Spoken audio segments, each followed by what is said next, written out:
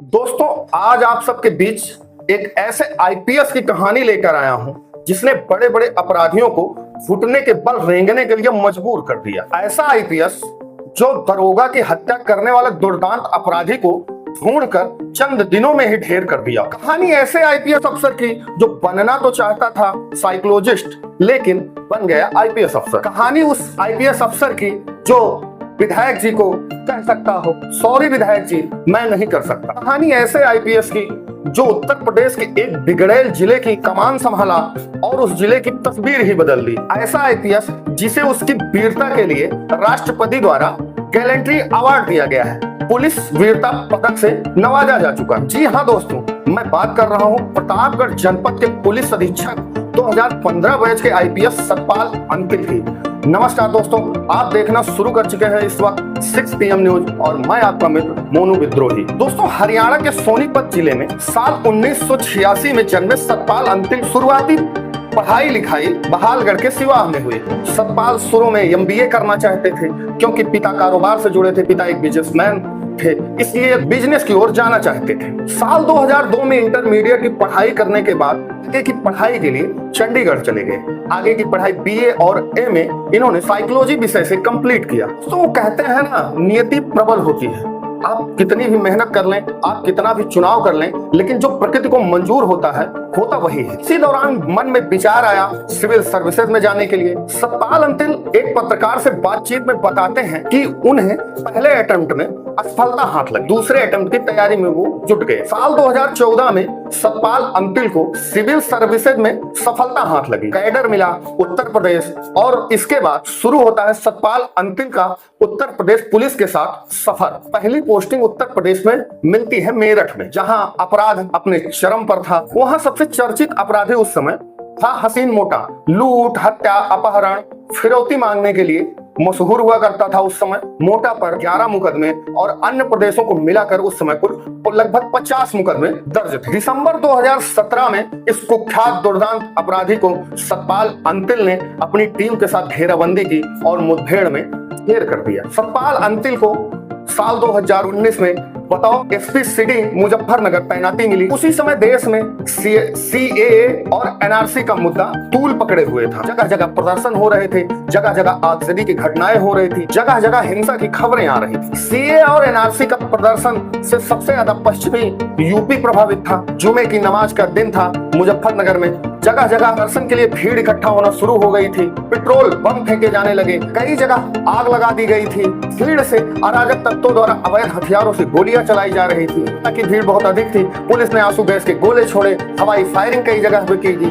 कुछ ही घंटों में स्थिति को कंट्रोल किया गया। इन दिनों मुजफ्फरनगर में एक दुर्दांत अपराधी हुआ करता था, रोहित साड़ू। इस अपराधी के ऊपर लूट, अपहरण, फिरौती, रंगदारी मांगने के लगभग 40 से ज्यादा मुकदमे दर्ज थे। रोहित साड़ू उस समय मिर्जापुर की जेल में बंद था। एक मामले में पेशी से पुलिस लेकर उसको वापस जेल मिर्जापुर जा रही थी। टीम जैसे ही ढाबे पर खाना खाने के लिए रुकी, उसके साथियों ने पुलिस टीम पर हमला बोल दिया। दरोगा के पेट में गोली लगी और कुछ पुलिसकर्मी और गोलियों का शिकार हो गए। इलाज के दौरान पेट में गोली लगने से दरोगा की मौत हो गई। पूरा मामला हाईलाइट हुआ, चारों तरफ चर्चा का विषय बना। अपराधियों द्वारा एक बार फिर आईपीएस सतपाल अंतिल को चैलेंज किया गया। घटना के कुछ ही दिनों बाद दुर्दांत अपराधी रोहित साड़ू और उसके साथी राकेश यादव को इनकाउंटर में ढेर कर दिया। आईपीएस सतपाल अंतिल को 2020 में राष्ट्रपति द्वारा गैलेंट्री अवार्ड दिया गया। उनको राष्ट्रपति द्वारा वीरता का पुलिस पदक का पुरस्कार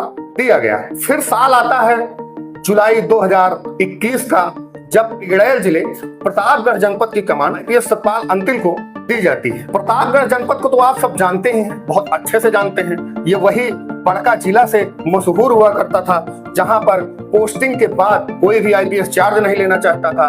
कोई 5 दिन में ही भाग जाना चाहता था। कभी कोई महीने 2 महीने रहने के बाद लंबी छुट्टी पर चले जाया करते थे। प्रतापगढ़ का इतिहास बताने के लिए आपको जरा सा पीछे ले चलते हैं। साल 2019 जिले की कप्तान आईपीएस S आनंद के हाथ में थी।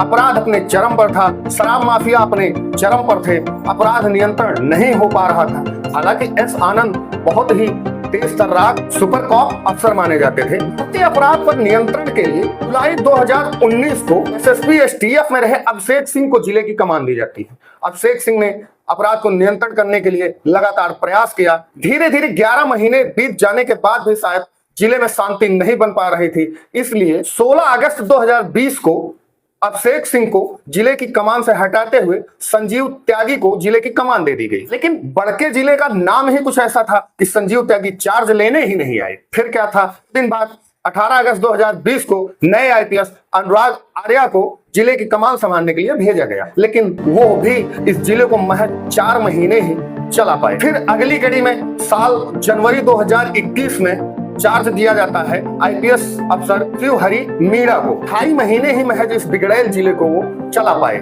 जिसके बाद 21 मार्च 2021 को इस जिले की कमान मिली आईपीएस सचिंद्र पटेल को। लेकिन महज 5 दिन में ही उन्होंने इस जिले से तौबा कर ली और जनपद को थैंक यू बोलकर चले गए। फिर 26 मार्च 2021 को इस जिले की कमान दी गई तेज तर्राक अफसर आकाश तोमर को। लेकिन तत्कालीन रानीगंज विधायक नीरज ओझा के साथ उनका विवाद जग जाहिर है। खूब हाई वोल्टेज ड्रामा चला।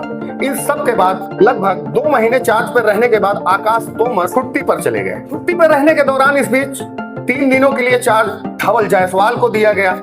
लेकिन फिर आगे आकाश तोमर द्वारा छुट्टी लंबी बढ़ाने के बाद इस जिले का अतिरिक्त प्रभार LR कुमार को दे दिया गया। महज 2 वर्षों में इतने आईपीएस के तबादले और चार्ज छोड़ने और दूसरे अधिकारियों को बदलने के बाद कोई भी अधिकारी यहाँ पर रहना नहीं चाहता था, कोई भी नया अधिकारी यहाँ पर चार्ज नहीं लेना चाहता था। इस बड़के जिले की हालत बहुत ही खराब हो गई थी। अपराधी अट्टहास करके हंस रहे थे, शायद वो अपने मकसद में कामयाब हो रहे थे। अपराधियों के हौसले बुलंद होते जा रहे थे। लोग अपने अपने तरीके से तरह तरह की बातें बताने लगे थे। दोस्तों, फिर आती है तारीख जुलाई 2021 की। इस जिले की कमान दी जाती है आईपीएस सतपाल अंतिल को। चार्ज लेते ही सतपाल अंतिल की अपराधी अपनी खैर न समझे, गोली का जवाब गोली से दिया जाएगा।